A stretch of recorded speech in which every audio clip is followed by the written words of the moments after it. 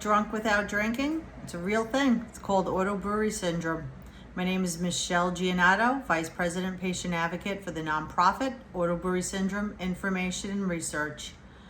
Yesterday, I received a few phone calls thanking me for making that video last night about family and friends and even coworkers that may not believe you when your loved one has Brewery syndrome and they are accused of just being an alcoholic and hiding behind a disease. Some of the feedback I got was, well, even when I present the information to my family or friends or coworker or doctor, they say, well, it's really rare and yeah, it exists, but not for you. I don't believe you have it. And the question they asked me was, how do I convince my friends and family that this, now that they know it's real, that he has it? And I said, just forget it. And it reminded me of my own personal situation where I had a particular person that even when presented with the information, they dismissed it. So let me give you a brief story. My husband had in his car an ignition interlock device that we put in voluntarily. What is that? You blow into this meter and your alcohol has to be 0 in order for you to start the car. And then while you're driving, it randomly beeps and you have to blow and prove that you're still all zeros to continue driving the car. And if for any reason, even if it's 0.001, you get a 2-minute warning, the car's gonna shut off, the engine's gonna shut off if you don't pull over. That's a device we voluntarily put in our car to keep him and everyone safe on the road. So we were going to dinner with friends. They jumped in his car. They knew about the breath alcohol meter on the ignition. He started the car. We went to the restaurant. We all walked in together. We sat together. We had dinner, and he had just finished a round of antibiotics for a dental infection. And after he ate, we were waiting for the check, and I looked at him and I went, oh my God, it's back. And he said, what do you mean? And I said to my husband, you don't look right. I think this is back. He's like, no, I feel fine. We get the check, we pay the bill, we leave.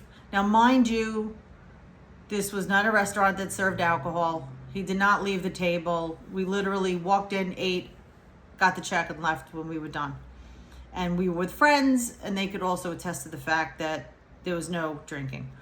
We get to the car, and I said, wait a minute. If you blow into that meter and you're positive, we're not going to be able to get home. So I had a portable meter that I kept with me in my pocketbook in case we didn't have his car, or I drove, and sometimes we'd use that meter to test. He blew into it. He was 0.20. That was 2.5, 3 times the legal limit. And I said, all right, you're not driving.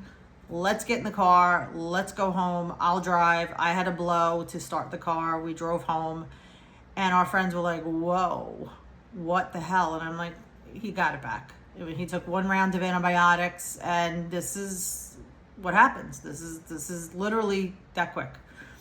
So I called the doctor. They said, okay, come into the hospital. They just, I told them exactly what had happened. It was completely supervised. We had dinner. He made alcohol. Here we are. They said, come to the hospital. We went to the hospital. A family member arrived at the hospital, and they had to duplicate the testing in I want to say more supervised setting, because now they needed to see it with their own eyes. Again, the family member was there. We couldn't do the testing till the following day because we had to wait for that alcohol to go back down to 0.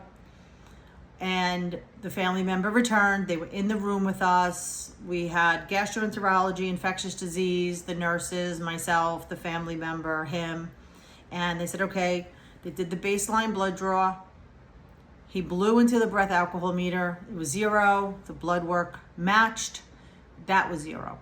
They gave him mashed potatoes, pasta, and something else, fruit cup to eat. They waited 1 hour. He blew into the meter. He was 0.23. They took a blood draw, and the family member was completely astonished. They were saying, what just happened? They saw he didn't leave the bed. They saw that nobody gave him alcohol. They saw that the doctors and nurses stayed in the room. That family member, after that experience, was so blown away because they had the opportunity to see the high carb challenge and to watch it happen. And they couldn't believe the fermentation was so quick. That family member came back to us, I don't know, months later and said they went back to other family members and told them the story, that they witnessed it with their own eyes. And those family members said, we don't believe it. You didn't see it right. You didn't understand it right. You were tricked into believing. And this family member was so frustrated because they finally were able to come with us to the hospital and watch the testing. And I said to this family member, do me a favor, don't put me in front of these members in your family, because I will lose it. I quite didn't say that, but I'm trying to keep it on the up and up for this video.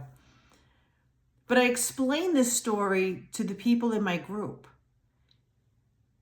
When people are so obtuse, you are not going to convince them that this is real, they have it, it doesn't matter that you've seen it with your own eyes. Honestly, I don't even think if the people who are non-believers were in the same room, if they would even believe it. And the fact that they didn't come and witness it themselves, and believe me, I've invited them. I said, why don't you come to the hospital when we're doing the test? I'll give you front row seats and you could watch it. Nope. 5 years, no one showed up. So my advice to caretakers and people with ABS, do not spin your wheels trying to convince the world, family, friends, your support group that you have this. Focus on yourself, focus on getting well, and surround yourself with positive people who support you and will help you when you need it. My website, autobrewery.org. You can download case studies. You could watch videos. You could even look at the publication, the scientific study that was published in Nature Microbiology. It's on our front page. Just scroll all the way down to the bottom and click on the link and you can pull up the information. I hope this video finds you well. Thank you.